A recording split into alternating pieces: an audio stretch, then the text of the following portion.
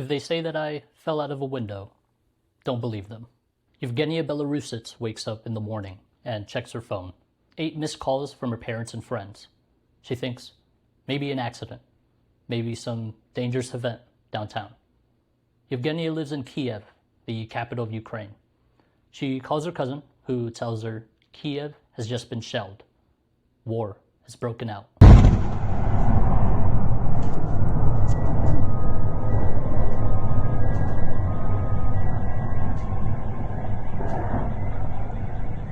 Evgenia finishes her call with her cousin and walks back and forth inside her apartment. Her mind is blank. What do I do now? Evgenia has more phone calls, friends calling to make sure that she's alive, and other friends wanting to make plans to escape. And all she hears is the war, the war, the war. She occasionally checks outside her window for any bombs dropping. Evgenia steps outside to this eerie emptiness in the streets, and a quietness, too. Later on, she hears that 57 people and 2 children died from a shelling in Kherson Oblast, south of the country. She feels that she has lost someone close already. Now, the war was real, Evgenia says. I felt angry at the whole world. I thought, this has been allowed to happen. It is a crime against everything human, against a common space where we all live and hope for a future. The American embassy warned U.S. citizens to evacuate Ukraine at once. The day is Thursday, February 24th, 2022, the first day of the Russian invasion into Ukraine and the largest military campaign since World War II.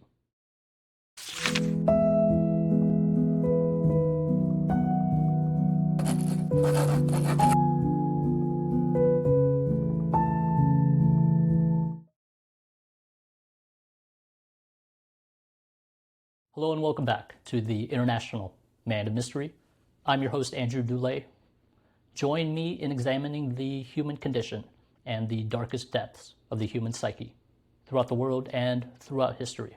Here we try and give voice to the everyday and ordinary people behind tragedies, because people aren't just statistics, and even one death is one too many. International Man of Mystery, more like International Man of... is more like it. No voice inflection or interest. Bye-bye. Thanks to those who had my back. And thanks to those who left very encouraging feedback on my first video on 9/11. Thank you.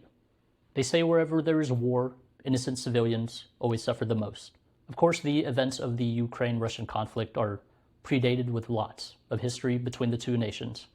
But I only wanted to focus solely on the impact that war has on innocent civilians. I'm not here to give geopolitical analysis or even an overview of the war in Ukraine. I'm only here to talk about its effects on the Ukrainian people, civilians who play no part in the war at all. And so this first video will focus on Evgenia Belarusits. Her comprehensive account is detailed in her book, War Diary, has been monumental documentation on the war in Ukraine's effects on civilians. Syndicated globally in multiple languages, her accounts are also published online in isolary.com. Her diary, beginning from February 2022, details the first 41 days of the Russian invasion into Ukraine. I have linked Ms. Belarusits' book in the description if you would like to support her, as well as an online link to her diaries. And I've also provided other links to help support Ukrainian civilians in this ongoing conflict. So what is it like for soldiers to invade your home? How does it change your life? And how do you survive it? Amidst the ongoing conflict in Ukraine, the voices of civilians are often drowned out by the noise of geopolitics. This is the war in Ukraine through the human experience, underneath the global effects of it. These are ordinary people whose lives had been turned upside down when soldiers crossed into their country and declared war. I do apologize if I mispronounce any names and places. I do happen to be an ignorant American, but I too have feelings. And so disclaimer, I will be depicting descriptions of violence, gore, sexual assault, death, and war crimes. As always, I curse, I say naughty things, and I am 100% cancelable. Mr. Dule, we need to address the so-called jokes you made in your last video on 9/11. Oh yeah? Well then cancel me. I dare you. Cancel me, motherfucker. Now, normally when you come across family, friends, acquaintances, coworkers, or strangers, you talk about your day, what's been going on, and any recent news. But in the first days of the invasion of Ukraine, everything that the Ukrainians have left to talk about are centered around the war. Whether it's about food, family, friends, work, everything has been impacted and altered by the war. And so every conversation that Yevgenia has throughout the day with family, friends, friends of friends, and strangers adds all these little stories and personal accounts which Miss Belarusits had documented daily in her diary entries. And she has interviewed many Ukrainians of various wartime responsibilities. And so this has created a collection of personal accounts, not just of Miss Belarusits, but of dozens of Ukrainian civilians all across the country, and of how they experienced the first few weeks of the Russian invasion of Ukraine. Everything I share is sourced directly from Yevgenia Belarusits' first-hand account, all of which is readily available online and in print. I will also be including photographs taken by Miss Belarusits. Miss Belarusits' diaries were first published in the German newspaper Der Spiegel and has since been translated worldwide. It was read live by Margaret Atwood on International Women's Day. And special thanks to Miss Yevgenia Belarusits for allowing me to tell her story. And these are the civilian accounts of the Russian invasion of Ukraine.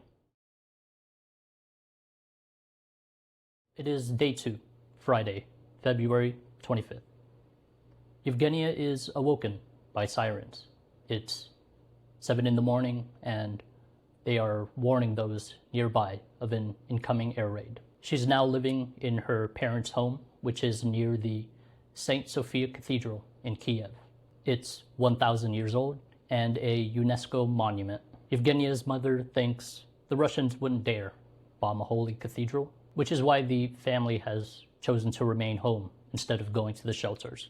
On the bookshelves of her childhood room are books in Ukrainian, English, German, and Russian. Yevgenia thinks my head is throbbing with thoughts. Kiev under fire, abandoned by the whole world, which is just ready to sacrifice Ukraine in the hope that it will feed and satiate the aggressor for some time. Kiev is being shelled for the first time since World War II. She thinks, I'm struggling with myself. I know slowly the world is waking up and starting to see that it's not just about Kiev and Ukraine after all. It's about every house, every door. It's about every life in Europe that is threatened as of today. People are lining up to fill gas tanks and stock up on food. But it's been said that even more Ukrainians were lining up to donate blood in hospitals, and many joined the local defense to enter into the resistance together and not give in to the invasion. Yevgenia is out on the streets with her friends, and she sees reporters outside hotels reporting directly to their cameras. One of her friend's husbands had just escaped from a town called Shasti, which means happiness. 80% of the town has been destroyed by the Russian army, and her friend's husband only managed to escape with just a toothbrush, socks, and a suitcase. A car had gracefully picked him up on the road, and as they're driving alongside, they see the corpses of townspeople lying next to their homes, doors, and cellars. Yevgenia says, so these were the people of Donbas that Putin claimed he was saving from genocide. Happiness no longer exists. I was there a few years ago and photographed streets. In the city, people spoke Russian and Ukrainian. I wrote about them and about their strange and funny homemade playgrounds. It's night and there are sirens, then thunder, but Yevgenia thinks it may be rockets or artillery fire, and then silence. She and her parents are ready to leave their apartment at a moment's notice and then go straight down to their basement for shelter. The city is changing. To Yevgenia, all of today's experiences are crumbling and just standing gray next to one another. She walks to her usual grocery store and, by some miracle, it is open. Yevgenia buys apples, vegetables, and buckwheat. She comes back an hour later to find 2 women standing in front of a closed door with disappointment on their faces. Someone tells them there's another grocery store 500 meters down the road. But the women are concerned. 500 meters on foot, with the air raid sirens wailing and fewer people out on the streets. I mean, would you want to be out here? Yevgenia is walking back home when she hears that a kindergarten near the city of Sumy was bombed. 17 children are injured. Yevgenia is suddenly out of breath, and she collapses against the wall of a house. Can I endure this war for one more minute? Why won't the rest of the world stop? What's happening? An artist writes a diary published in the New Humanitarian. They choose to remain anonymous, even leaving their village name anonymous. They write from their village near Kiev. It's 4 a.m. and Vladimir Putin goes live. He's ranting and raving and officially declares the start of the war. On live TV, the author watches a huge explosion in Kharkiv, and suddenly fear has become reality. Over the next few days, the author cannot sleep, cannot eat, feels too weak throughout the day, and can't get any work done. One day, they're outside watching their baby cousin riding around in their toy car. The baby's going vroom, vroom.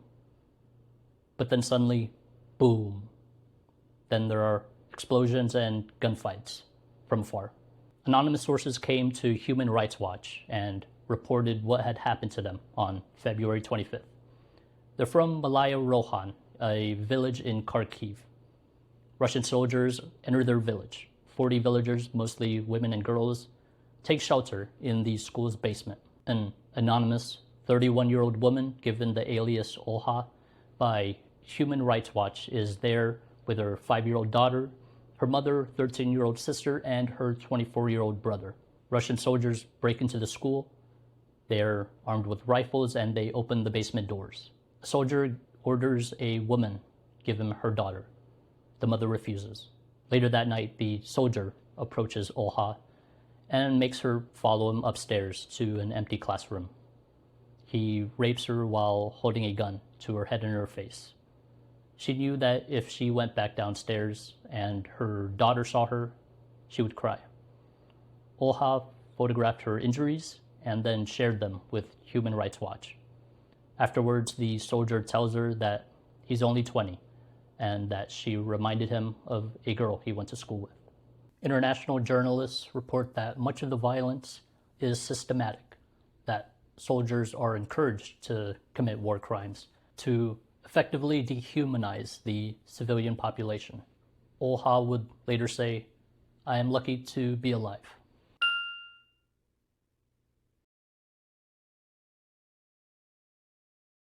Yevgenia walks through the park and finds a woman sitting on a bench. She has 2 shopping bags beside her and has a smile on her face. She speaks with this happy voice. "I'm so happy to have you standing next to me now, talking to me. When there are 2 of us, I'm less afraid of the artillery. The lady says Ukraine will defeat the Russian invaders. I believe that Ukraine will be protected by the whole world." Yevgenia thinks, "I didn't know if she was crying more or laughing more, but I felt her courage and admired her. Is today only the 3rd day of the war? In Mariupol, 58 civilians are wounded. In Kiev, 35 people, including 2 children. This is far from a complete list. There is something hidden in the smiles that I saw several times today. A secret weapon. A sinister one. I must try to sleep at last and reach my apartment in the morning. Having breakfast in your own kitchen, that would be an enormous pleasure." It is Yevgenia's first night in a bomb shelter. The Kiev government is warning that it will be a heavy night as they anticipate Russian attacks on the city, and there is a 30-hour curfew in Kiev. She thinks it probably won't be possible to leave the room on Sunday. The bomb shelter is about 1.5 floors deep underground and is a network of corridors and corridors. But it is a clean, comfortable, warm, and shelters over 100 people. There's plenty of food, water, and everyone is able to bring necessities. However, Yevgenia still cannot escape that crowded apartment lifestyle as she hears petty arguments from her shelter neighbors. "Good evening," but the evening is not good, the younger ones protest. We wish you a good evening anyway. The older ones say in a triumphant tone, because we mean well and we will continue to wish it to you and to others. Yevgenia's parents aren't ready to leave Kiev and instead want to stay until Ukraine wins the war. Her father works translating German poetry into Russian and had always been involved in protests. And here they are underground in their shelter. Her father continues to work on his translations, despite the rocket attacks, despite the danger, or maybe because of it. It's day 4, Sunday, February 27th.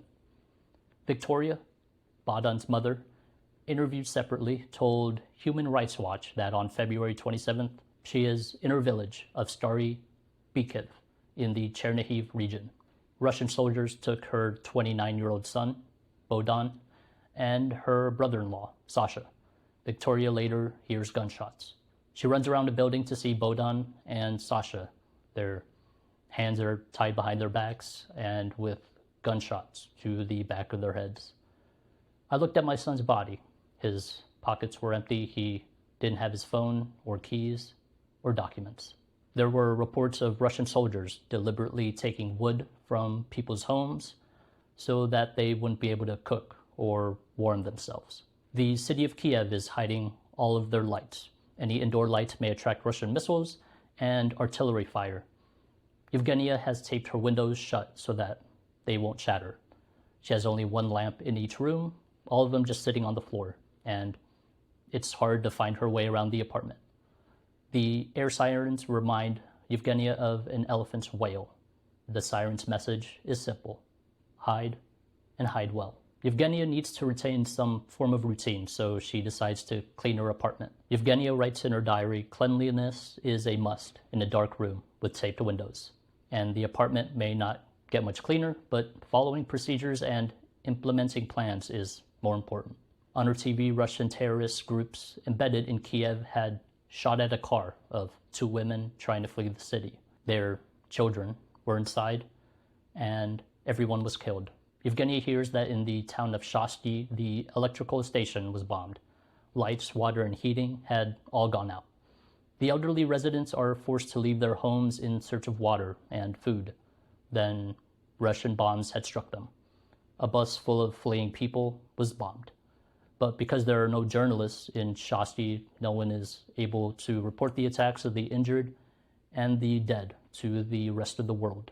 The Regional History Museum of Ivankiv in Kiev Oblast has been destroyed. This was where Yevgenia was supposed to have an exhibition for her photographs and paintings later in the year.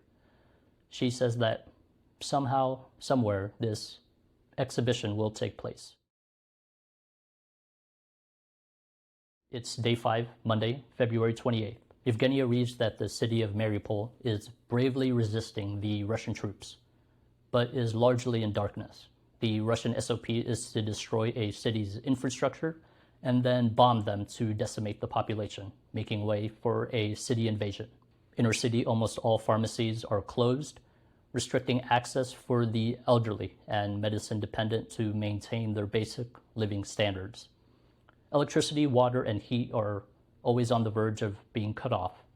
All the streets and public spaces are now empty. Yevgenia is outside in the night, and she writes, "As I write this, sirens shatter the silence. It is 2:30 in the morning, and I decide to stay where I am and finish this diary entry." She finds 2 cars shot up with scattered glass, metal, and plastic on the street. She writes, "What remained was the unbearable realization that this war, this unimaginable, illogical, criminal war was still going on, after all." In the city of Berdyansk, peaceful residents have gathered outside their local government building. The Russian army has occupied it and is surrounding it. Women and elderly civilians shout at the soldiers, "How can you look your mothers in the face? You brought war and slaughtered our land. Shame on you." The soldiers, looking away demoralized, reply, "We came to protect you." It's day 6, Tuesday, March 1st. Yevgenia is feeling this odd mix of happiness and then deep anxiety and sadness. Now I'm trying to understand where my good mood comes from. Yevgenia drinks her first cappuccino since the invasion began. She goes for a walk, breathes the fresh air of the first day of spring, and figures she could get some shopping done. The large department store is deep underground. She sees an elderly lady standing next to a coffee machine. A woman approaches the elderly lady and hands her money. The lady says, "But I didn't ask for anything. I have everything." Another man comes up to the elderly lady and gives her more money. The lady politely refused at first, but then accepted it happily and gracefully. On the way back from shopping, I photographed an old man in the park. He said his wife was ill and he intends to take care of her until tomorrow. Then he will join the Kiev Territorial Defense. They are both 66 years old. The old man had served in the military when he was younger and said he could no longer stand by with his country in war. Yevgenia tried desperately to prevent the old man, who was caring for his sick wife, to not risk his life. Yevgenia thinks, not one more minute of war. It is day 7, Wednesday, March 2nd. Every street corner is guarded by the Territorial Defense, which are the military reserves, often volunteers. There is word of saboteurs in the city working on behalf of Russia to undermine infrastructure and to incite panic. Yevgenia is happy to see a locally loved barista on the street. They're known for making these beautiful swans on the milk foam of coffees. Later she writes, "Outside I hear another explosion.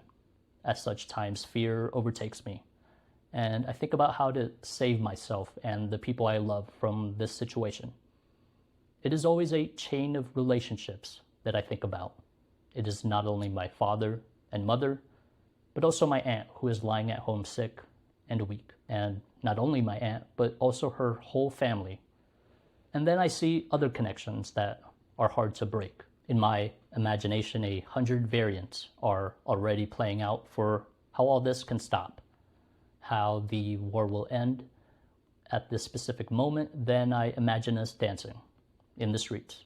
Elena is an employee at a zoo outside Kharkiv, which has faced heavy violence. She is a theater director for children who act alongside dogs, mice, and rats. Zoo employees try to feed and evacuate the zoo animals during the invasion, but the moment Russian soldiers see driving cars, they open fire. Elena tries to reach the zoo one last time to quickly feed the animals, many of which are stranded in their pens. The deer were shot at. Some of them died. Others managed to escape through the ruined fence into the forest. When we arrived by bus, the shelling started. We ran out of the bus with the feed and made it to the pens. Some great apes had been shot. We ran through the damaged rooms trying to distribute as much of the feed as possible. Then we ran to the bus, but the driver was already dead. We tried to get another car to go back and transport his body to the city. Another colleague was fatally injured. Only one other colleague and I were able to escape. I can't cry. I can't even believe it took place. Before my eyes, I keep seeing the plastic display windows where the monkeys were waiting for us. Many of them were standing there with babies pressed against their bodies. They were hoping for food, but we didn't manage to feed them that day. Other zoo staff tried repeatedly to feed the animals still left alive so that they don't die alone and of hunger. Yevgenia's friend has an exhibition which opens up but has no visitors. He decides to leave it open the next day so that Yevgenia can see it. The exhibition is titled Fear. Yevgenia writes, "What can art do? What can a single voice do? What can the courage of resistance do, and what is the point of resistance in the first place? Ukrainians have never provoked a war, never wanted or supported a war. The values of pacifism are among the most important values of my country. I grew up with the saying that the most important thing is that there be no war. And it is not about self-help, it is about rescue from a much greater violence, from a much more terrible war." It is day 8, Thursday, March 3rd. It's morning and Yevgenia is laying in bed on her phone. She scrolls and finds a video of a Russian soldier beside a rocket launcher to attack Ukrainian towns. The soldier is crying on the video, apologizing aloud to his young daughters because he fears he is killing Ukrainian children. The soldier addressed the rest of the Russian military and called on them to disobey orders and not come to Ukraine. The soldier continues to cry again. On the streets of Kiev, there is a bomb dropped every 30 minutes and can be heard. A neighbor woman is trying to rescue all the pets that have been left behind. An elderly neighbor woman shops food for both herself and her neighbors so that they can stay home safely and not have to go out onto the streets. I came across this photo of an elderly woman on my camera today. It means a lot to me. The old people in Kiev are so open, strong and caring. It is day 9, Friday, March 4th.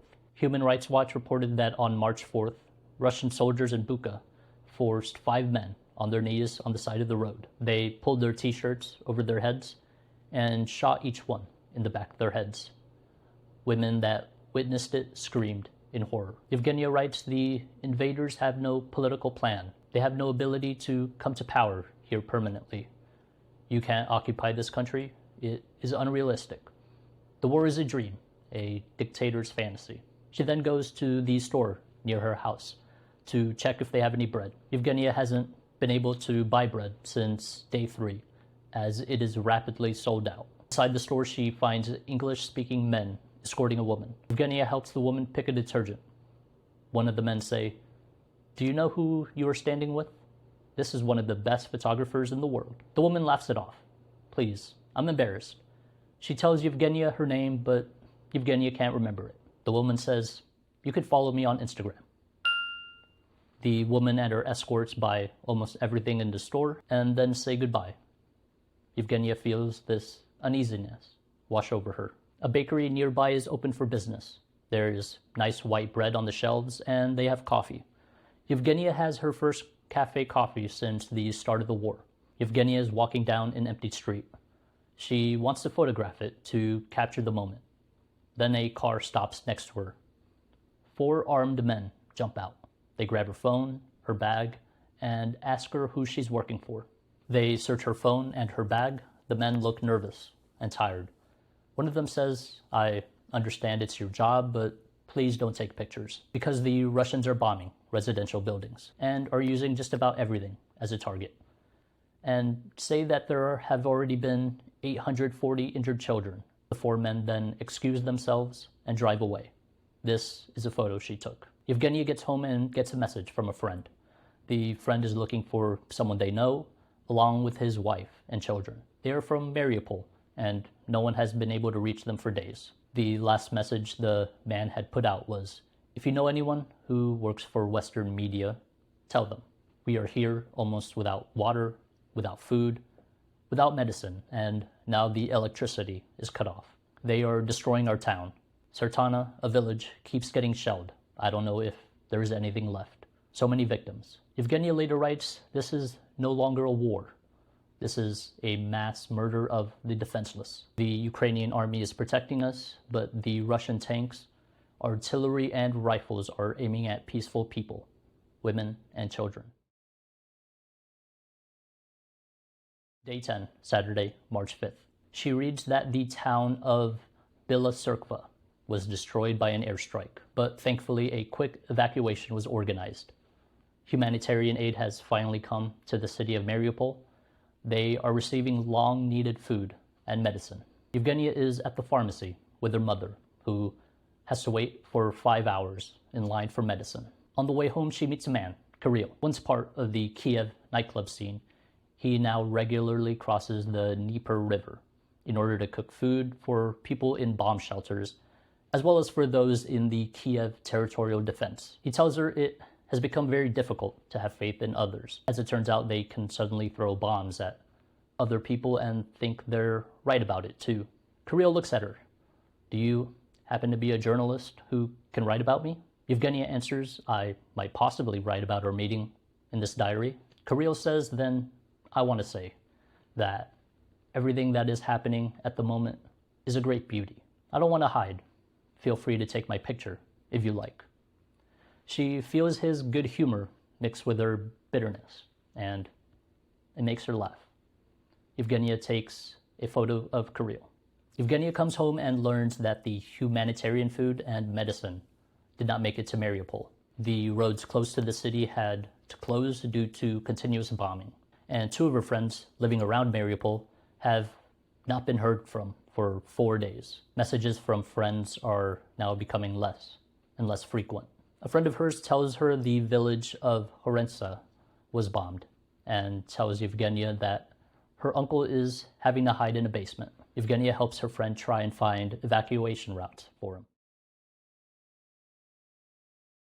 Day 11, Sunday, March 6th. Human Rights Watch reported that on March 6th, Russian soldiers were in the village of Ortzel. They throw a smoke grenade into a basement. They shoot at a woman and a 14-year-old boy who are just trying to come out.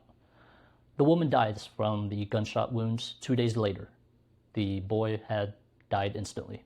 With a lack of police, prosecutors, ballistics experts, crime scene investigators, it is extremely difficult for war crimes, let alone any crime, to be investigated. Evgenia writes, sometimes these days it's hard to grasp tomorrow. Tomorrow seems an eternity away, as if it were happening on another planet. One can imagine tomorrow in theory, but not as a moment in one's own passage of time, only as a story one tells oneself. She describes this idea of continuing one's routine despite this state of things. Evgenia begins to learn that taking photos in public have become a suspicious sight. It makes others ask, just why is she taking pictures? Is she taking pictures of me?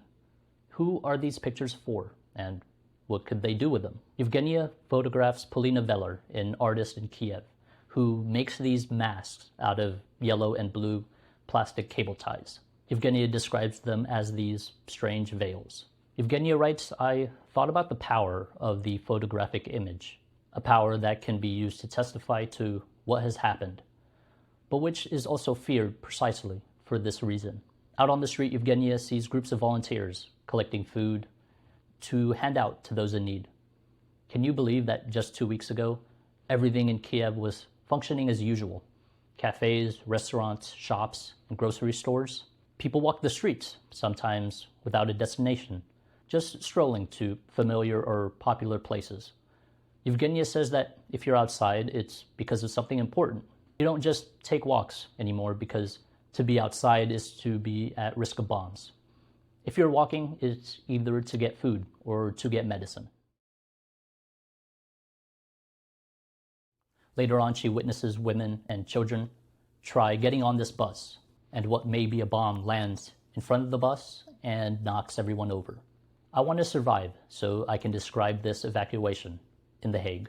A man is trying to get into an evacuation bus when it suddenly is fired at. A bullet hits his arm. Evgenia hears of civilians being executed during the evacuation. She hears of 6 women and children, and unknown who are injured. Evgenia's friend, who is a poet, is staying in Irpin with his wife. They are staying to care for his elderly mother, who is bedridden. Evgenia's parents call to check on them when they suddenly hear screaming. Hours pass with silence from them, and then a text message. It's 3:30 p.m., and we are still alive. The people of Mariupol are without humanitarian aid of medicine, food, and water. They have no electricity, and they are being bombed every day. The head of Hostomel's municipal council is killed while giving out bread and medicine to his community. And there are many Ukrainians who cannot leave their elderly relatives who are either unable or too ill to evacuate. Evgenia writes, we are fighting back. We are trying to help each other and not allow these senseless deaths. But the global, larger world seems to be watching these criminal proclamations with a strange patience. There is still an international fear of the dictator.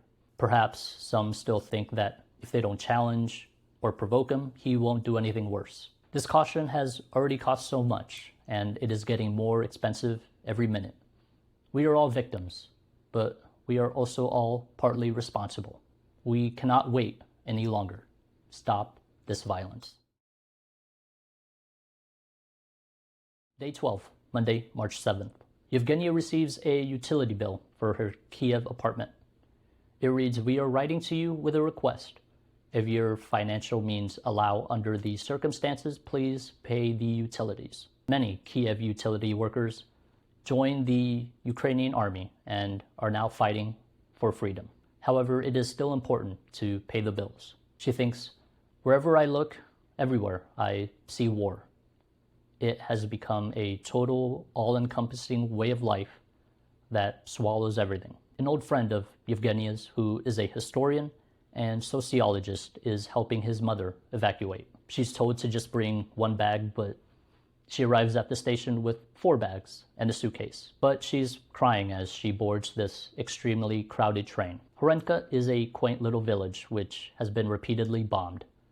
Yevgenia has visited the village before, but when she sees pictures of its ruins, she no longer recognizes it. Yevgenia takes this photo when she finally gets herself to visit her favorite park in the city. Day 13, Tuesday, March 8th.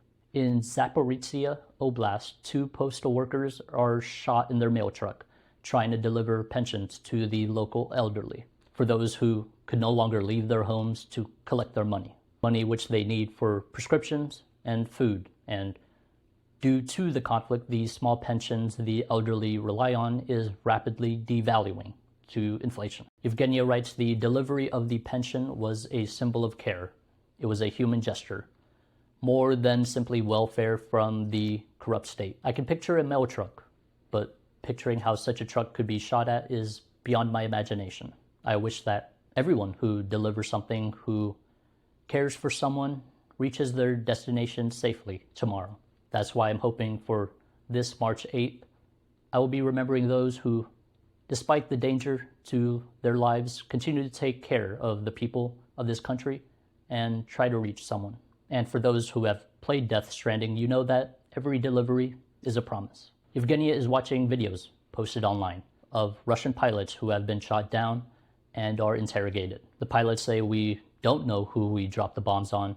We just get the coordinates for the airstrikes and then we follow the orders." There are reports of civilians being taken prisoner by Putin's army. The soldiers break into homes and take entire families away, and many don't know where they go. Electricity and basic infrastructure are destroyed in the remote villages and towns the Russian army captures. And so communication is cut off and families that are captured are effectively disappeared. Putin's army is further swallowing the villages and towns of the country. Yevgenia walks down the street and sees a stranger giving flowers to women waiting in line at the pharmacy.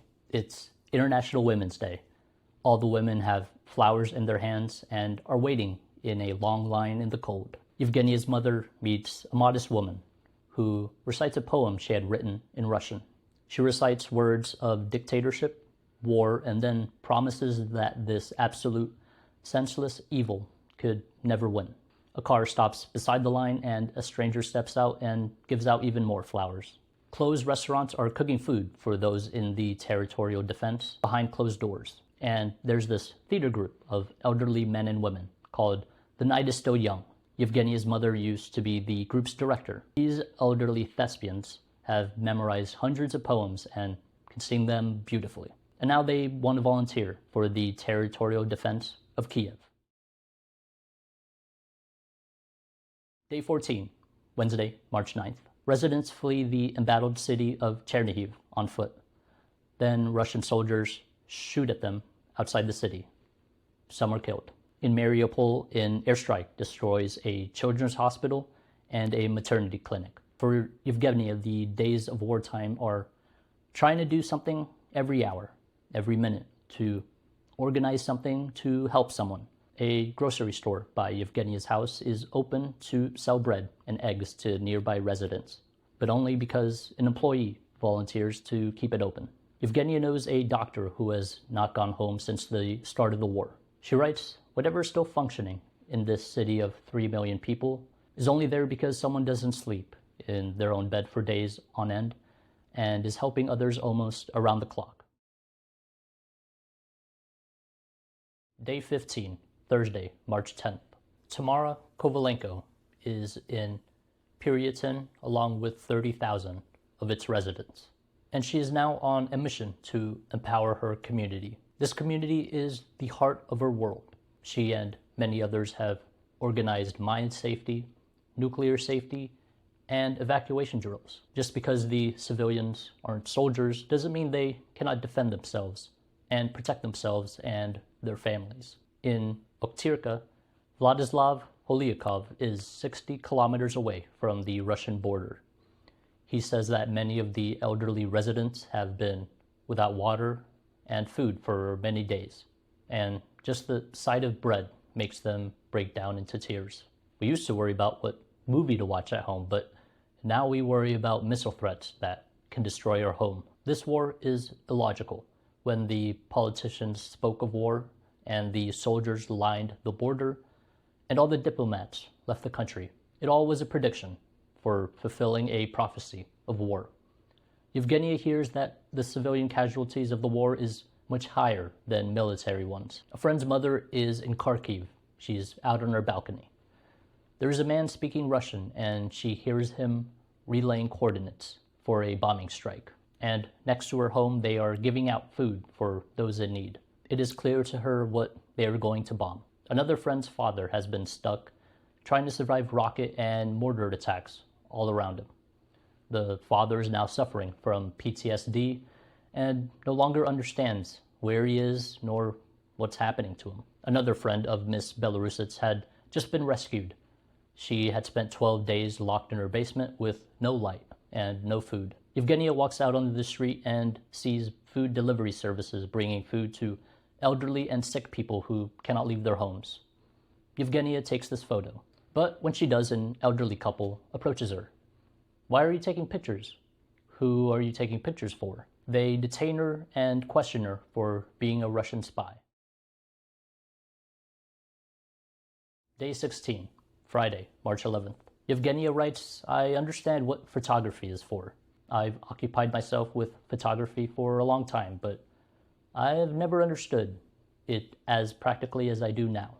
Only with the help of photos and pictures can I remember the course of today's walk. In the daily life of war, only something like photography, unfamiliar, auxiliary, almost mechanical, is capable of holding together sequences and memories. At least I'm still in Kiev for now. I must cherish every minute and look around to see the city, the streets, the people."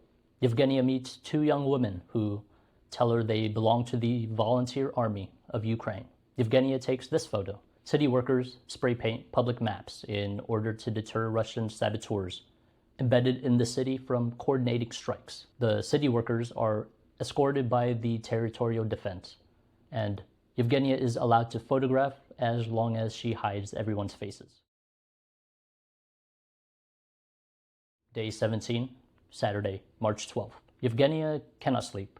The city's air raid alarms are sounding endlessly through the night. She hears about Russian soldiers forming blockades around other cities, and the residents spend all day and night fearing a siege. Yevgenia's bulletproof vest has finally been delivered. There are these concierges, people who are hired to watch over a house or apartment building. Yevgenia visits Dacia, a concierge, watching over 15 families in a block of apartments. All of these families rely on her to watch out for them in case of looters or soldiers. A group of women and children are escaping an occupied village outside Kiev.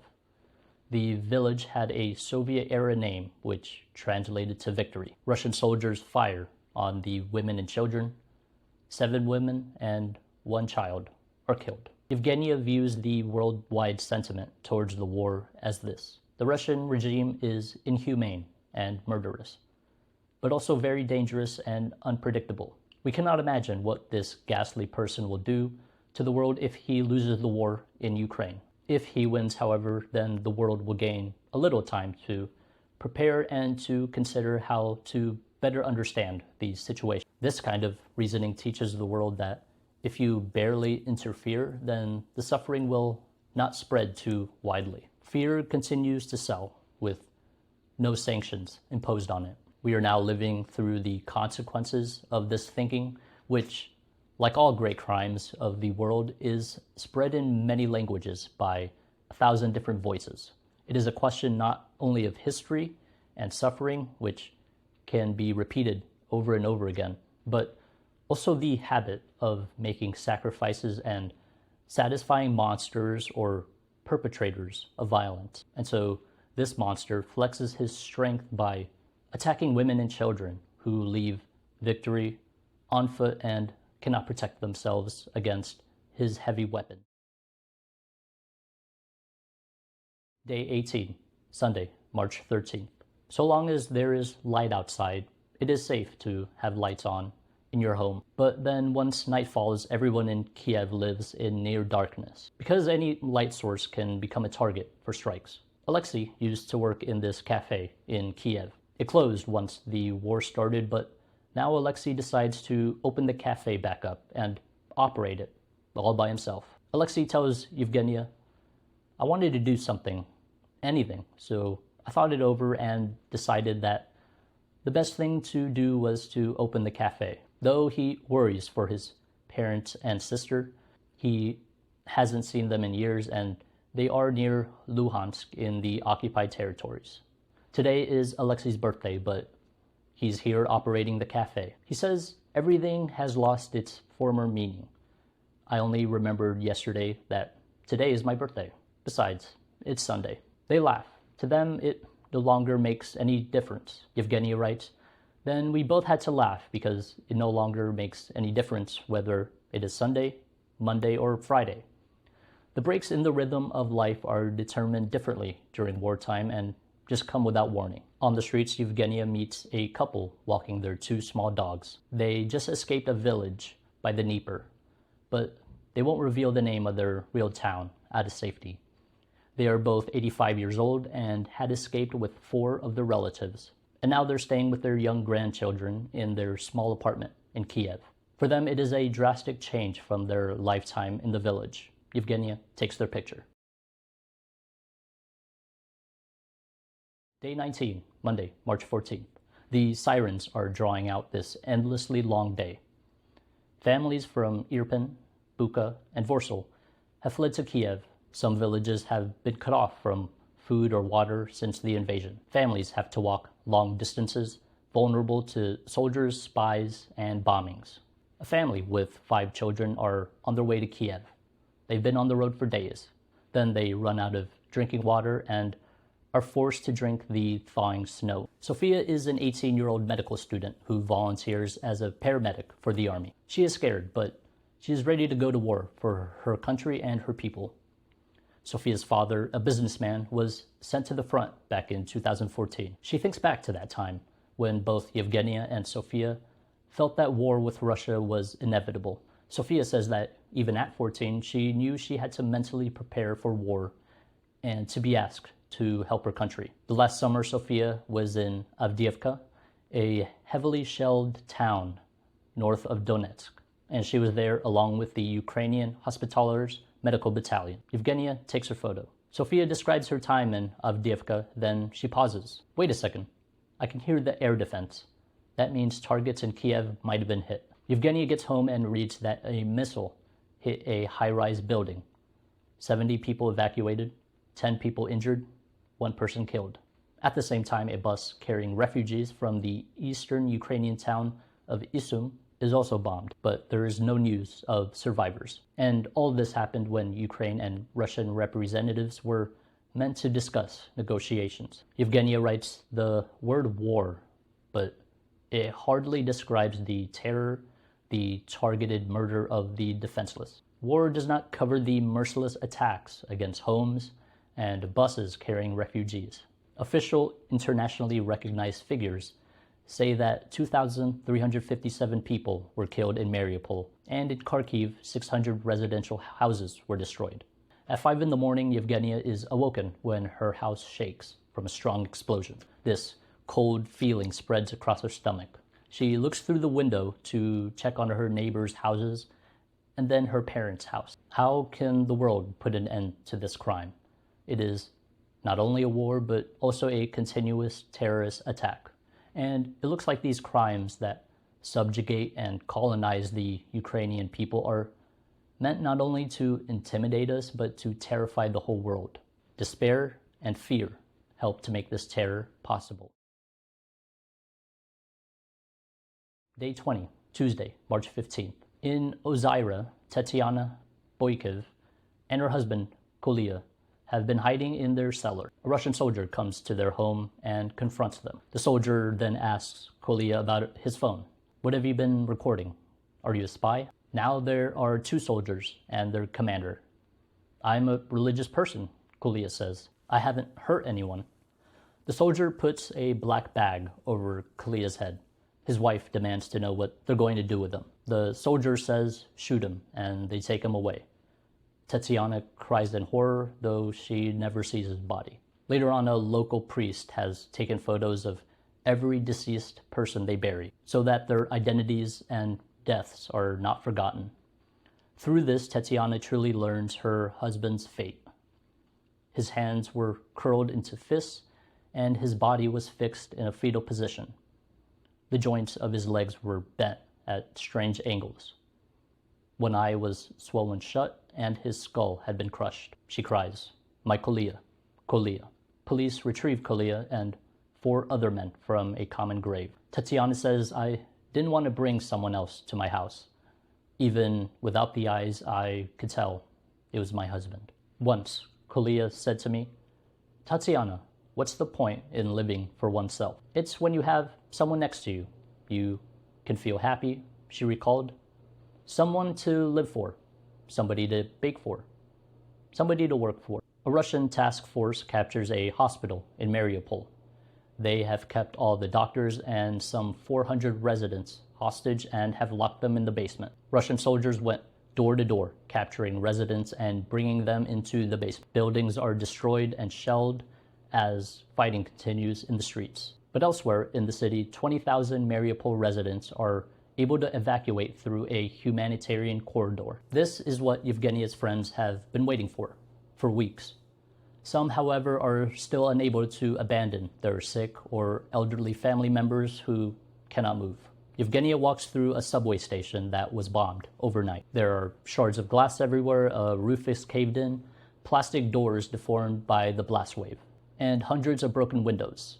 The surrounding homes and stores were also destroyed from the strike. Yevgenia finds this woman standing in front of the damaged buildings for several minutes, just looking at every destroyed material all around her. Yevgenia takes her photo. She then meets an elderly lady who asks her, "Where can I buy some cigarettes?" The store she usually buys them from was destroyed by the blast. No one is working it, and all the items in the shop are exposed. People tell her to just leave money on the table and grab her cigarettes. The woman's mother had just died after turning 100 3 months ago. She's a mathematician who came to Kiev from Murmansk as a child. Her whole family had survived war, hunger, and Stalin's repression. In the small town of Kremina, a retirement home is shot to pieces by a tank. Almost all 56 elderly residents were killed.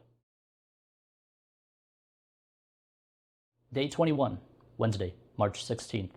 Yevgenia takes this photo on the street just before curfew is enforced. 1,000 people are homeless in Mariupol because their homes have been destroyed. They are staying in the Donetsk Regional Theater of Drama.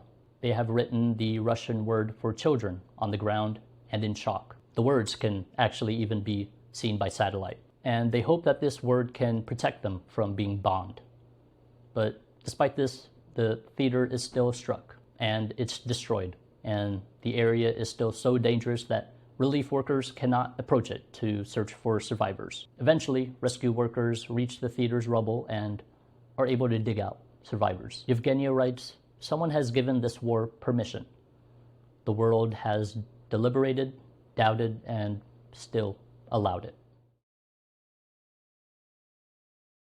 Day 23, Friday, March 18th. There is a man with old professor glasses standing in front of a multi-story home. He has a jacket on that's just a little too big for him, and he is wearing a puzzled expression. But he doesn't seem sad. He presses this beautiful, long-haired cat close to his chest, The cat clings to him. The cat's nose is bloody and injured. An attack in Podil has left 1 dead and 19 injured, 4 of them children.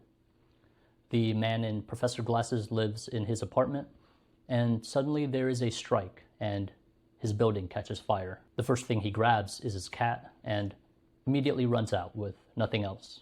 A cafe in one of the most popular streets in Kiev is now giving out free coffee to everyone. An employee tells Yevgenia they wanted to reopen the cafe so that the people of Kiev could feel that peace is here after all and will soon return fully and irrevocably. Day 24, Saturday, March 19th. An old couple walks through this wreckage on Zik Rifleman's Road. There is broken glass and heaps of rubble all around them. The man mutters angrily at an invisible enemy. Look how many windows, how much glass has been smashed. Jesus.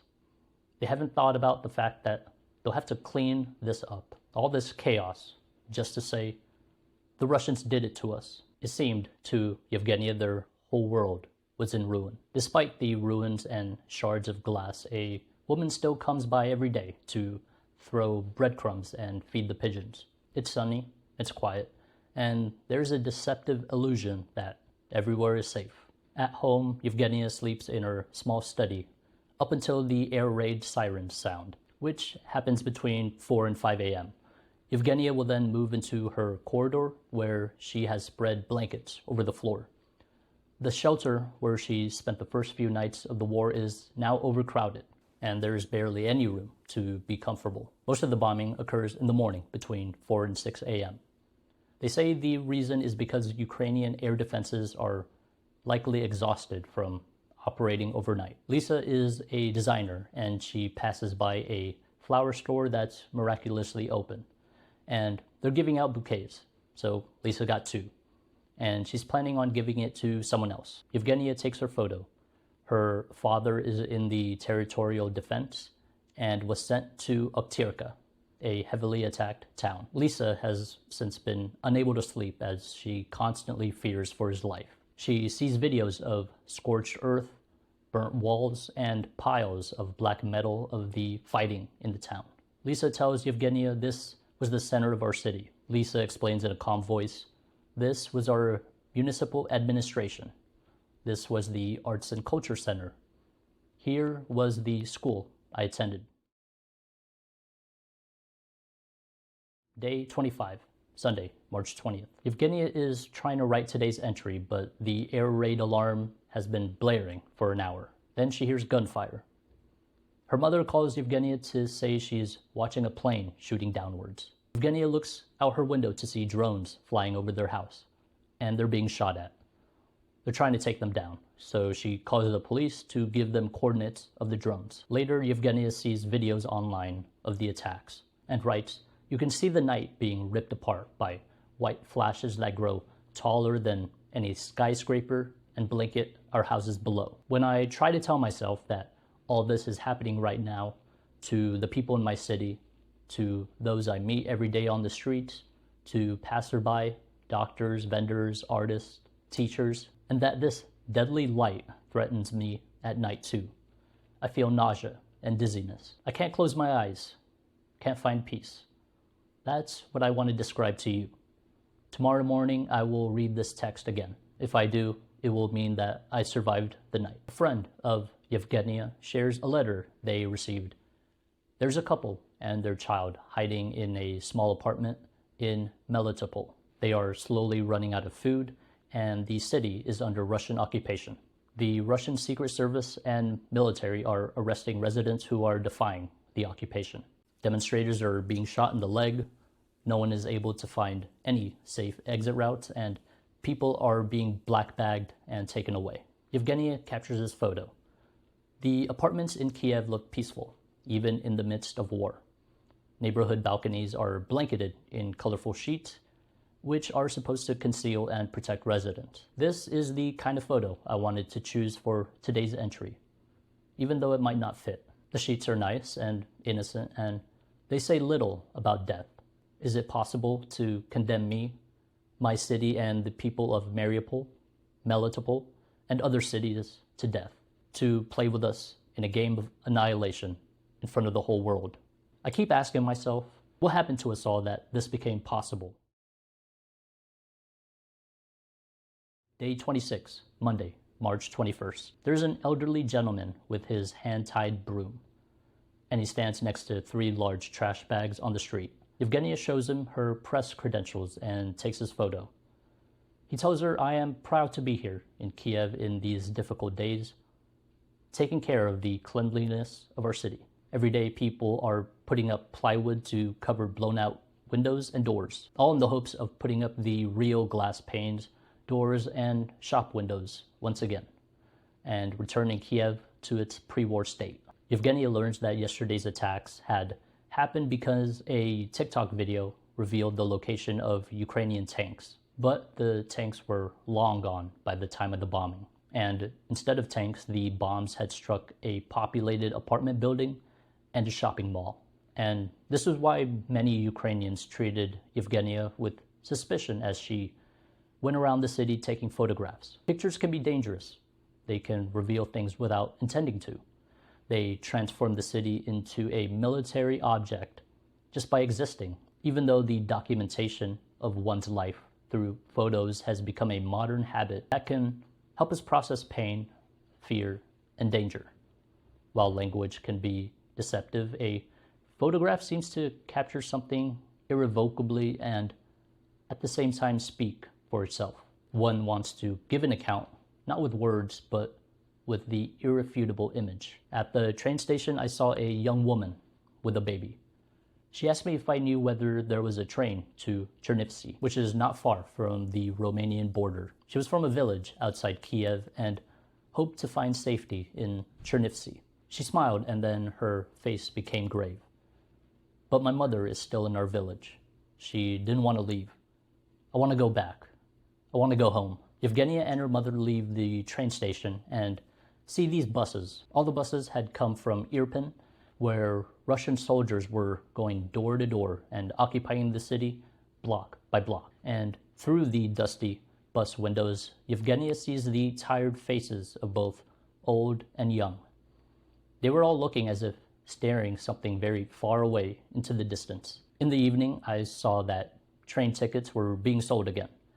Without much time to consider it, I bought 6 tickets for Friday. My parents still don't want to leave Kiev. I really don't know what we're going to do, but there should be enough time before Friday to decide.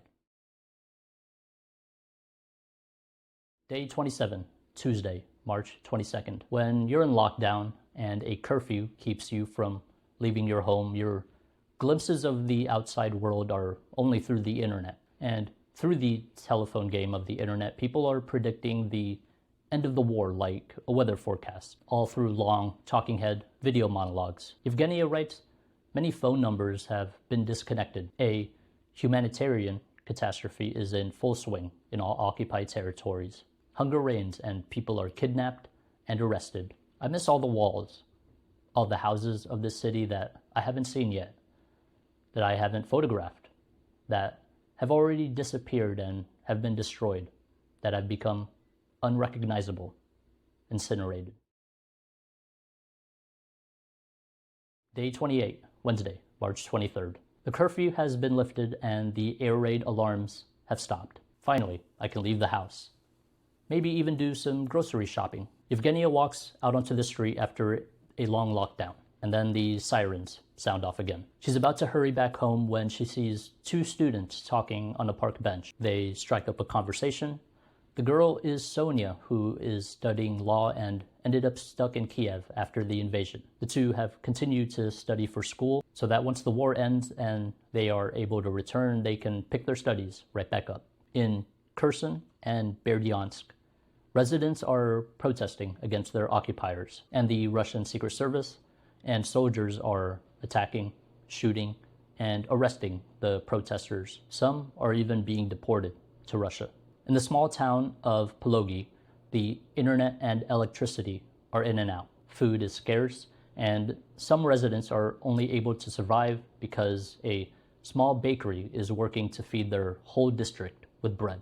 A friend tells Yevgenia, "Logistics can fail, food warehouses can be blocked off. Yet sometimes there are people who keep it all running despite everything. And at the moment, this bakery is saving lives. The bodies of dead civilians lie in the streets for days in Chernihiv. They lay there for days because to transport them and bury them exposes you to artillery fire. An elderly woman leaves Kiev for Chernihiv because she can no longer live alone in the safer capital city. She wants to escape her loneliness. On the streets of her neighborhood today, Yevgenia is seeing warm embraces. People are stopping to hug each other, even in the packed grocery store. A lady laughingly says, "I haven't seen him in 2 weeks. He's back from the war, and he's alive." Yevgenia takes their photo. Day 29, Thursday, March 24th. Yevgenia meets an elderly man and his granddaughter. She is 6 years old and is coloring the backrest of a wooden bench with a piece of chalk. The man asks Yevgenia if she would walk with them. The girl says that they've lived in the basement for 2 weeks, a total of 21 adults and 7 children altogether. They have just come back from Dnipro, stuck in the basement with little water and food, no heating and little electricity. Russian soldiers came into the cellar and said, "We've come to denazify all of you." Yevgenia is thankful for the two telling their story. The grandfather asks, "Where can we buy jeans?" Because they had left without any clothes to spare. And for now, these stores in Kiev are slowly opening back up again. Yevgenia writes, "Today my childhood friend lost his family home. A week and a half ago he left in a hurry and with great difficulty, along with his uncle, who resisted. He didn't want to leave under any circumstances. Early in life, I used to visit his house all the time. I try to remember the rooms. I recall the traditional living room of a small house, the low ceiling and resplendent cabinet with old photos behind a glass shelf, and the meals my friend's grandmother used to prepare for us. This memory is not accompanied by any feeling." Day 30, Friday, March 25th. Yevgenia wants to return the train tickets she had bought for her family so that someone else can use them. Yevgenia meets an elderly woman who used to direct fashion shows. Yevgenia asks her where she's going. The lady says she walks 5 kilometers, 3 miles, to a construction site to feed dogs and cats left behind. Hero, Babushka. Their owners had left quickly in panic and now their pets wait for them, hiding together in an abandoned construction site. At the start of the invasion, the woman saw a family pack their car with suitcases and bags, then drive away, leaving their dog behind.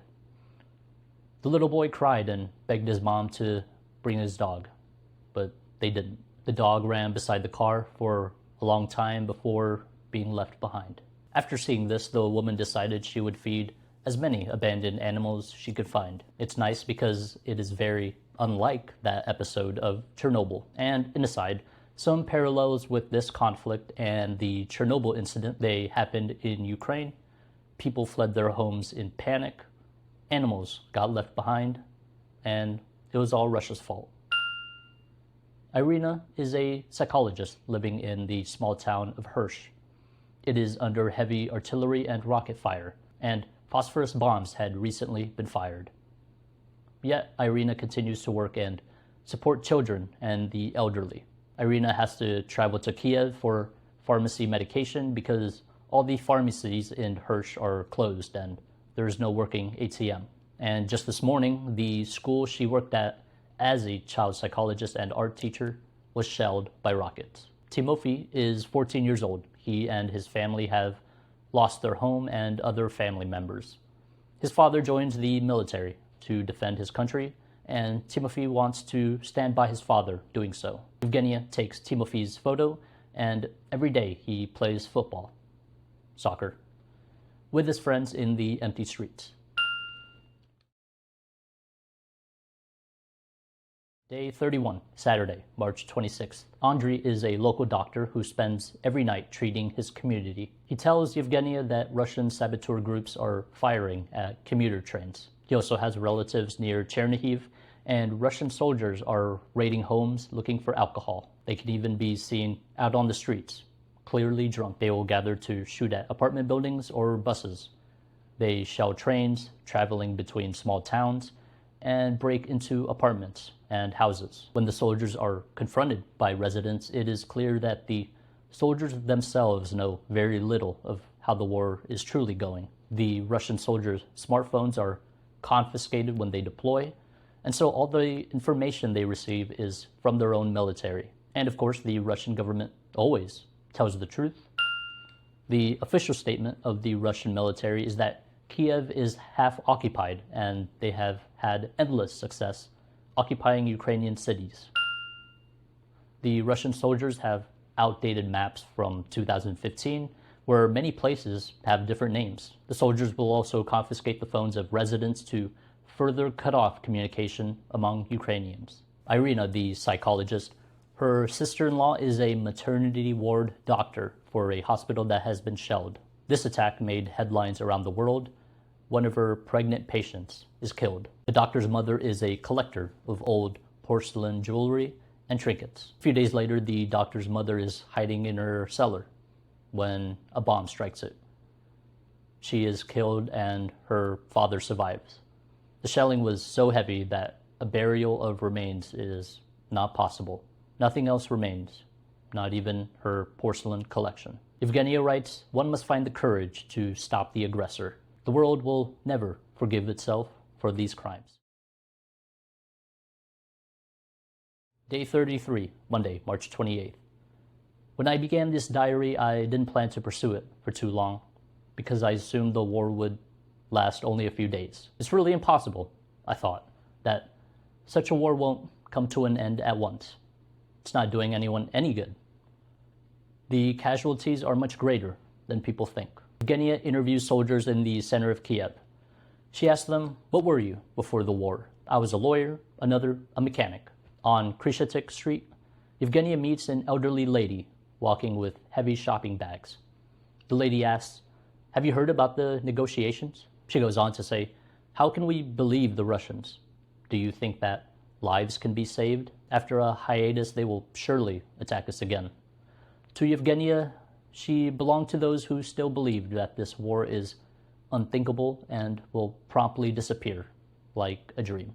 Evgenia meets this well-dressed woman carrying 5 dogs. She happily introduced each one of them to Evgenia. "The only reason I haven't left Kiev is because it's not easy to travel with such a big party." And she smiles. Evgenia takes this picture as people wait for the end of the air raid alarm before going about their day. Thursday, March 31st. Evgenia hears of a neighborhood that is dangerous to visit because there are blown out windows, homes, and cars, as well as mines and explosives laying around. A friend of hers has been unable to sleep in the night since the start of the war. She fears any strike she is unprepared for will destroy her home at any moment. She suffers from panic attacks and heartaches. During the day, she does what she can, giving out medicine and aid to those in need. Lysychansk is a city in eastern Ukraine. It is a city of miners which has been sealed from the rest of the world. No news nor social media has ever reported on this town. After the recent Russian negotiations, the Russians still bombarded the city, relatively unknown to the rest of the world. And that's what the Russians are counting on, that the nearly invisible and isolated who are not known about won't be missed. And one by one, the Russians can claim victory by doing things to those no one hears about. Day 37, Friday, April 1st. Every day a new door reopens. A coffee shop, a bakery, a grocery store, coming back into existence after shuttering from the start of the war. All throughout Kiev, there are volunteer centers which help those in need with whatever they need. Mothers with small children who can't escape alone, lonely elderly people who can't leave their homes, but need their medication. Requests for help are posted on Telegram, and the volunteer centers coordinate to provide aid. Another volunteer initiative has made a bulk of bulletproof vests for the Ukrainian army. Evgenia takes their photo. Anastasia is a 19-year-old student. She loads a small bus full of bread and medicine for the people in Chernihiv. Many of its districts still have no electricity, no food, and no water. She's driving in her civilian vehicle and it is shot at. Anastasia is killed.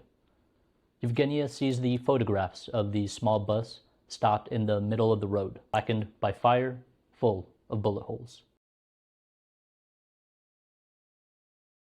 Day 38, Saturday, April 2nd. A 16-year-old girl lives in the village of Verknotoretsky with her grandparents. She walks for days through the forest, swamp, and fields to avoid the Russian checkpoints. She has nothing with her and spends the night alone in the cold darkness along the way. And in the background are grumbling artillery strikes from afar. She finally makes it somewhere safe, where she reports that her village was being shelled and she had to escape. And now she may be the only survivor. Anyone trying to call any of the numbers in the village can't reach anyone. In the evenings in Kiev, Yevgenia can hear laughter in the streets again, despite rockets, artillery, and air raid siren all sounding throughout. Buka is a village near Kiev and has just been taken back by the Ukrainian army. They discover a mass grave of 280 bodies. Yevgenia says that there are many unknown names of towns and villages all throughout Ukraine, many subjected to the violence of a foreign invasion whom don't reach any headlines. Day 39, Sunday, April 3rd. A young man has lived his whole life with his grandmother in Buka. He suffers from bipolar disorder. One day, a Russian soldier shoots his grandmother on the front steps of their home. The son walks all the way to Kiev, having lost all sense of time and doesn't remember how long he's been on the road. He lived homeless at the Kiev train station until a police officer brought him to a volunteer center. A man lives with his wife in Kharkiv. When the war started, he began volunteering to give out medicine. Many began leaving the city after the shelling grew more and more intense. But the man stayed, and one day no one heard from him. Later on, he is found going through a paranoid episode in which he finds himself in the midst of only enemies, death, and destruction. No one could persuade him of anything, not his wife, his children, or his friends. And in this paranoid state, he walks right up to a Russian military post and is shot multiple times. He thankfully survived. All throughout Buka, there are reports of war crimes being done by the Russian army. Russian soldiers rape dead women lying on the side of the road. There are bodies of dead children. Evgenia writes this is a genocide of those who have been dehumanized. She takes this picture of a playground next to her house, which reminds her of the playgrounds in Buka. Day 41, Tuesday, April 5th. Evgenia leaves Kiev 41 days after the start of the war. She is on a train to Warsaw, Poland. She takes a picture through the window to capture the moment. The app on her phone reports the latest air raid warning in Kiev, and she chooses to keep the alerts on. And on the train is a young woman, Dasha. She practically wanted to take her whole apartment with her. For the first week of the war, she slept with her 2 cats in the bathtub. It was the only place she felt safe enough to sleep. Dasha's friends have been living under Russian occupation for the past few weeks. Every few days, they go to their neighbor's house to charge their phones on their generator. Then they would make calls to their friends and family to let them know that they're safe, before losing battery on their phones once more. Evgenia arrives in Warsaw. The first thing she notices are a group of men in uniform, yet they carry no weapons. And it is clear to her they feel safe here. Everyday life in Kiev was to be sheltered, locked in your own home, sleeping in the bathtub or in the hallway floor, in volunteer centers, hospitals, and bunkers. Evgenia thinks back on her home in Kiev, where she once dreamed of having her own little house. Suddenly gone. The world considers what to do next. Some international experts play soothsayers and suggest that the war may last for years. In this manner, it seems to me, mass murder is indirectly legitimized. Every day of this war is one too many. Yevgenia writes in place of a final note. She continued her diary every day because she felt it was important to be a recorded witness to what was happening. There were those Miss Belarusets met who had a hatred for Ukraine or Russia, who just needed to place the suffering they had lived through. Whenever she hears updates of the war or violence in Kiev, her body memory kicks in. She knows exactly what it's like to be an everyday person suddenly trapped by extreme and senseless violence. Nightmares come to her, fear comes to her. It sends her wandering around her apartment at night, sleeping on the floor in the hallway instead of her bed, because that's how she can feel safe. At random times, Yevgenia starts crying. The war is what all Ukrainians have in common. It is a common pain. On Telegram, Yevgenia comes across photos of dead Russian soldiers. She feels indifferent about it. But now it would be hard for me to live with the idea that the criminals who shoot up apartment buildings, who attack old people and children, would go unpunished. Yet, on the other hand, I realize there is no punishment appropriate to the crimes. We must have a trial. It is as necessary as air, and it will definitely take place. But there is no resurrection of the dead, no restoration of broken worlds. There must be trials to try and prevent similar crimes in the future. There must be punishment for the guilty. Punishment isn't redemptive. It will not change what we have lost. Crimes must be punished. Ivan lives in Yahidny in Chernihiv Oblast. Russian soldiers are going door to door throughout the village and are rounding everyone up. He and 367 of the villagers are then forced into the school's basement. He's there with his family. They are cramped together. Little space and little air for them to breathe. His legs are swollen and wounded just from the conditions of living there. They only had small plastic cups of soup each day to eat. Some days, nothing to eat at all. There are children, old women, and those who are sick. They're using buckets as toilets. One corner were stacks of bodies of those who died in the basement from the conditions. They had used their dying breath to tell others who they were, what their names were, and those around them scratched their names into the walls so that they wouldn't be forgotten. The Ukrainian army liberates the village, opens the basement doors, and frees their people. Many of the residents had nowhere to live. Their homes were destroyed, all their things stolen. Ivan and his family went back into their home. There were no windows left. They chose to stay because it was our home. But volunteers from all across Ukraine traveled to Yahidny to help rebuild what was destroyed. Since then, residents have begun to return and work on rebuilding their homes. Marina Grechenuk is in North Saltivka. There is a luxury restaurant that has been turned into a volunteer headquarters. Marina sees this ad that bakers are needed to feed their people. Marina volunteers. She and other cooks deliver medicine, all while the city is shelled. One day her mentor doesn't show up. Her neighborhood has just been heavily bombed. So Marina bakes about 200 loaves of bread for the people in Kharkiv. And on Easter, she and others choose to bake Easter cakes for everyone hiding in the metro. They had made over 2,000 Easter cakes in just 2 days. It was such an adrenaline rush. Fortunately, the population of Kharkiv has been halved since the start of the war.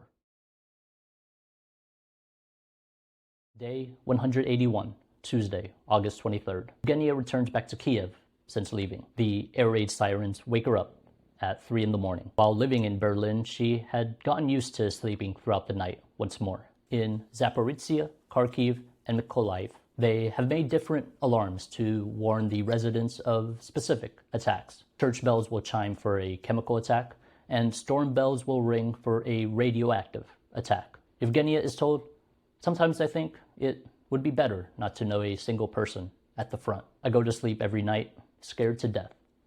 There is no peaceful morning, no peaceful hour in my life," and often hears that the further away you get from the war, the easier it is to think it hardly affects anyone. A soldier returns from Doryetsky. He was a programmer before the war. In the small town, there is no electricity and no water. The people there have been having to fetch water from the wells. The soldier and others have been wanting to leave the town, but They are the only ones who can distribute food and medicine from humanitarian sources. And so every day they postpone their departure. The Russians attack the town at night when it is pitch black. The ground constantly rumbles. No one can switch on a single light. There is no cell service, and people often have to wait an entire day before they can call friends or relatives to let them know that they're safe. For months, the soldier has been living surrounded by explosions and the feeling of endless shaking around him.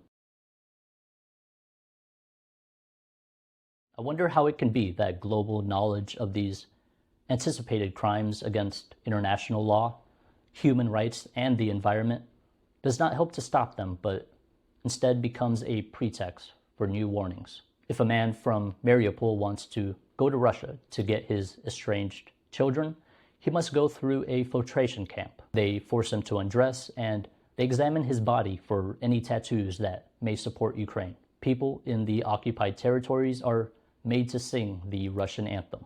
Genia writes that for those who speak, write, and live involuntarily under Russian culture, in turn erases Ukrainian culture. To speak Ukrainian is to risk torture and death. Who dares speak in their native tongue?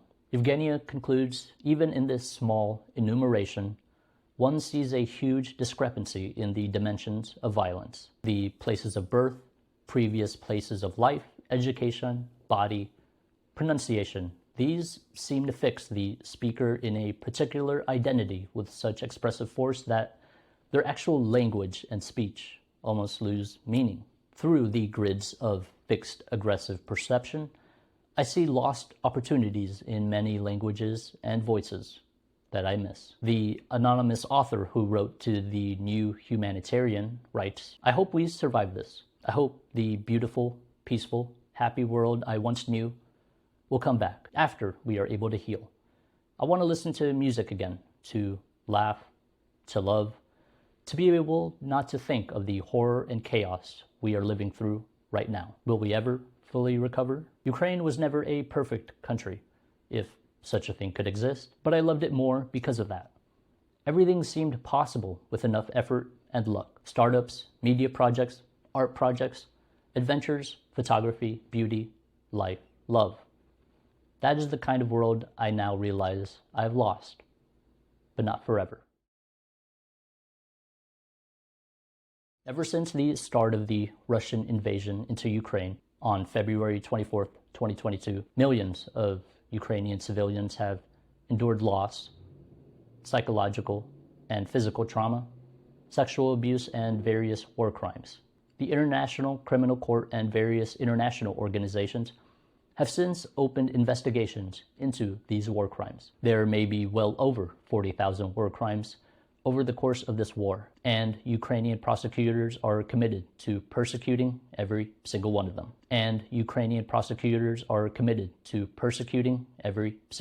So some things are clear from Yevgenia's war diaries. The first, Miss Belarusits will have more friends than I ever will in my lifetime, and that soldiers aren't the only ones capable of bravery in a war. Some are simple grocery store or cafe employees who decide to keep it open. They volunteer to distribute food, be paramedics, doctors, and if you survived, it's because you survived together through your community. And when there is no internet, no electricity, and water and food are scarce, one thing can be relied upon: your community. Fellow Ukrainians who operated cafes, flower stores, bakeries, and grocery stores, despite endless bombings, invasions, arrests, and shootings. They worked to help those in need all around them. They helped them feel comfortable, normal even, at peace, fed, and surviving. And it wasn't just a loyalty to other people, but loyalty to animals as well. Zoo animals trapped alone and hungry in pens. The employees refused to abandon them. They kept them company and kept them fed. For pets left behind by their owners who had to flee, volunteer owners took up those pets so that they wouldn't be without a human companion. As for the war in Ukraine, the Ukrainian people continue to hold on to hope that their people and their culture will be safe soon. And as for the rest of the world, we are left asking, what does the future hold, and where does this end? I have included a link below to Stand for Ukraine, which has a list of verified humanitarian charities which support various causes for the people in Ukraine. These causes include aid for the Ukrainian army, Ukrainian children, and health services. To Miss Yevgenia Belarusits and to all those whose stories I've told today, I hope I did your stories justice. Please consider leaving a like, comment, or subscribing so that others can learn from this video and experience this show. And if there is a topic that you would like to see, feel free to comment that below. Any major event that you've always heard about, yet really don't know much about in terms of the experiences of the everyday, ordinary people. And that is Diaries from Ukraine, personal accounts of the invasion of Ukraine. This has been the International Man of Mystery. I'm Andrew Delay. It was a pleasure being your host. Thank you for watching.